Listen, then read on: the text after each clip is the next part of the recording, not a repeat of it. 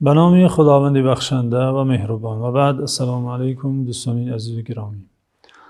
بار دیگر به سلسله برنامه‌های در سفره قرآن خوش آمدید. بیاید این لحظه ها باز در اطراف این سفره بنشینیم و از چشمه زلال کلام حق تعالی سیراب شویم.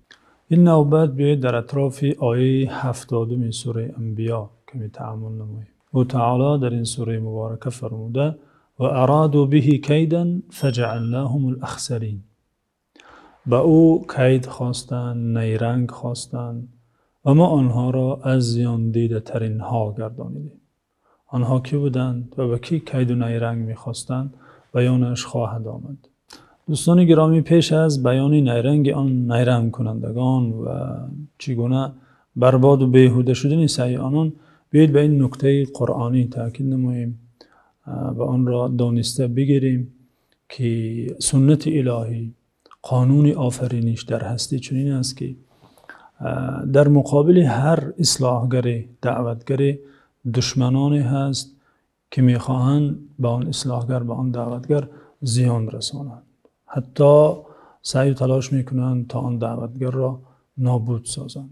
و سنت الهی در شأن این گونه دشمنان دعوتگران، آنانی که در راه دعوتگران و اصلاحگران نیرنگ می سازند، کید می کنند، قصد زیان رساندن می کنند، سنت الهی این است که همیشه به خسارت و زیان و ناکامی روبرو می شوند و در دنیا و در آخرت به زیانها گرفتارند. بیایید این حقیقت قرآنی را در قصه حضرت ابراهیم علیه السلام خلیل الله ببینیم که این آیه که در آغاز برنامه تلاوت شد از میان داستان این پیامبری بزرگوار است. خلیل الله علیه السلام هنگامی که قوم خود را به دین حق، به دین توحید، یکتاپرستی دعوت کرد، این قوم سرسخت با او مجادله می‌کردند، در دین و آیین نیاگان خود تعصب می‌ورزیدند و نپذیرفتند و نهایتاً حضرت ابراهیم آنگونه که قرآن حکایت می‌کند بت‌های آنها را شکست.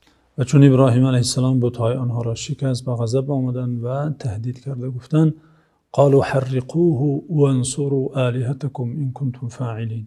یعنی گفتند ای قوم، اگر شما ابراهیم را برای اینکه بت‌های شما را شکست جزا دادنی باشید، پس او را بسوزانید، در آتش افکنید. ببینیم که ابراهیم خلیل الله به آنان دوستی کرده ایستاده است، شفقت کرده ایستاده است. آنها به ابراهیم دشمنی میکنند. خلیل الله علیه السلام میخواهد این قوم را از آتش نجات دهد، اما این قوم میخواهند ابراهیم را به آتش اندازند. ولی دوستان گرامی، جهل و تعصب و کبر و غرور تا به این حد میرسد که انسان آن نفری که برایش نیکی میخواهد، هدایت میخواهد، راهنمایی میخواهد، نجات میخواهد، تا این حد او را بد میبیند و دشمن میپندارد، با او دشمنی میکند و میخواهد زیان و ضرر رساند، حتی در راه زیان رساندن به او و نابود ساختن او هیچ گونه خرج و صرف مال را دریغ نمی‌دارد. دوستان گرامی، این شکل برخوردی قوم ابراهیم علیه السلام با او چیزی جدید هم نیست و نباید چیزی تعجب آور باشد، زیرا این سنت الهی در آفرینش است. این قانونی هستی چنین است. همیشه اهل باطل با اهل حق در نبردند. همیشه پیروان شیطان با پیروان خداوند رحمان مبارزه میبرند. هر یک هدفی دارد، میخواهد به هدف و مقصدش رسد. یکی میخواهد دین شیطان، مذهب شیطان، آرزو هوس شیطان، نقشه شیطان پایدار باشد، یکی میخواهد دین خدا پایدار باشد. بنابراین هدفهای این دو طایفه، این دو گروه با هم در تضادند. بنابراین در میدان حیات همیشه در مبارزند. اگر به اصطلاحات امروزه گیریم، قوم ابراهیم گفتند این جوان افراطی شده، این میخواهد فرهنگ بیگانه که توحید نام دارد در این جامعه پهن کند و میخواهد فرهنگی که ما از نیاگانمان به میراث گرفتیم، از بابا و اجدادمان به ما رسیده، فرهنگ بت پرستی، میخواهد این فرهنگ را از میان ما برد. طعنه بر تاریخ و بر فرهنگ ملت زده ایستاده است. این نفر افراطی است، این را باید در آتش انداخته شود. جزای این افراطگر این است که سوخته شود. آنها فعلا خندق کندند و دیوار بنیاد کردند و هیزم جمع نمودند و در حقیقت آتش بزرگ افروختند و خواستند ابراهیم را بر این آتش اندازند. اما خداوند ابراهیم و آفریدگار او و آفریدگار این آتش چیزی دیگر می‌خواست. و چون خلیل الله را به آتش انداختند، خداوند به آتش امر کرد و گفت: قلنا یا نار کونی بردا و سلاما علی ابراهیم. به آتش گفتیم ای آتش سرد و مایه سلامتی باش برای ابراهیم. آتش که موجود و مخلوق خداوند است.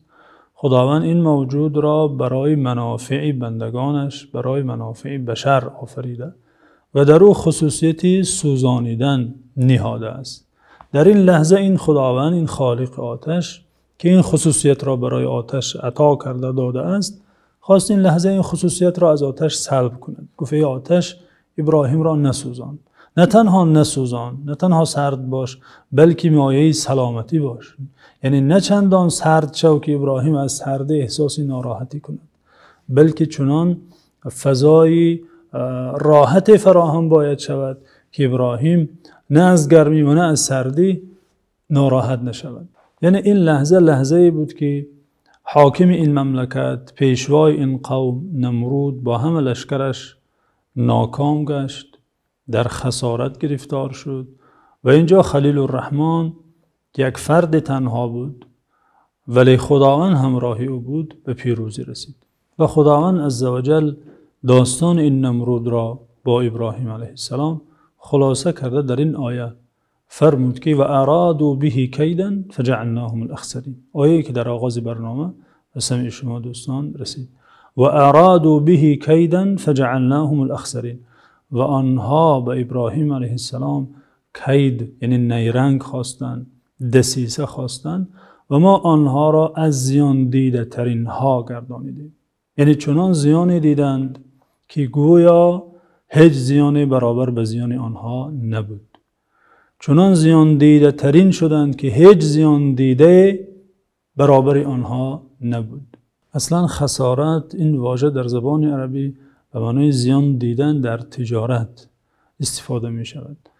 وقتا تاجر سعی می کند، تلاش می کند، مال خرج می کند، سفر می کند، کدام کالای می بیارد و سودا می کند و فایده ای نمی بیند، برعکس زیان می بیند، می گویند تاجر خسارت دید، به خسارت روبرو شد.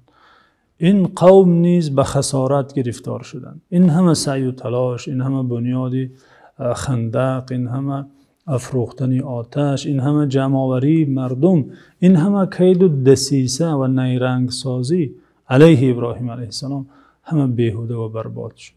هم بت‌های خود را از دست دادن و هم این سعی و تلاش و این مهنت و زحمت برای افروختن آتش، هم زیان دنیا دیدن و این چنین زیانی آخرت دیدن. بنابراین زیان دیده ترین ها گشتند. دوستان گرامی، در این آیه بظاهر کوتاه و ارادوا به کیدا فجعلناهم الاخسرین، خداوند داستان نمرود و لشکر نمرود و همه سعی و تلاش او را و برباد شدن این همه سعی و تلاش را و این چنین داستانی به پیروزی رسیدنی اصلاحگر را، حضرت ابراهیم علیه السلام را خلاصه کرده. خلاصه نبرد حق و باطل همین است، عوض نمی شود.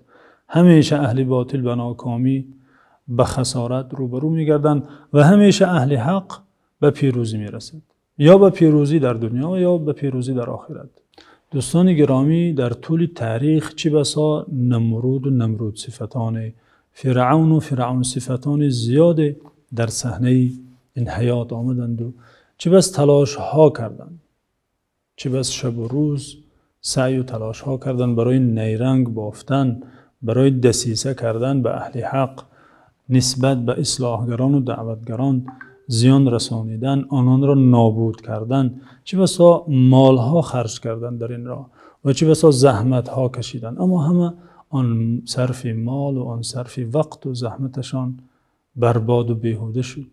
هنوز قرآن پایدار است، هنوز پیامبر صلی الله علیه و سلم در چشم و قلب مردم عزیز و گرامی است، هنوز چراغ اسلام فروزان است و فروزان خواهد ماند. دوستان گرامی، این سنت الهی را که دین حق همیشه پایدار خواهد ماند و اینکه دسیسه کنندگان همیشه به ناکامی و خسارت روبرو خواهند شد، علامه اقبال فیلسوف شرق در بیت‌های زیبا نظم کرده گفته: امت مسلم ز آیات خداست، اصلش از هنگامه قال و بلاست. از اجل این قوم بی پرواستی، استوار از نحن نزلناستی. تا خدا یطفئوا فرموده است، از فسردن این چراغ آسوده است. در حفظ و امان خداوند باشید.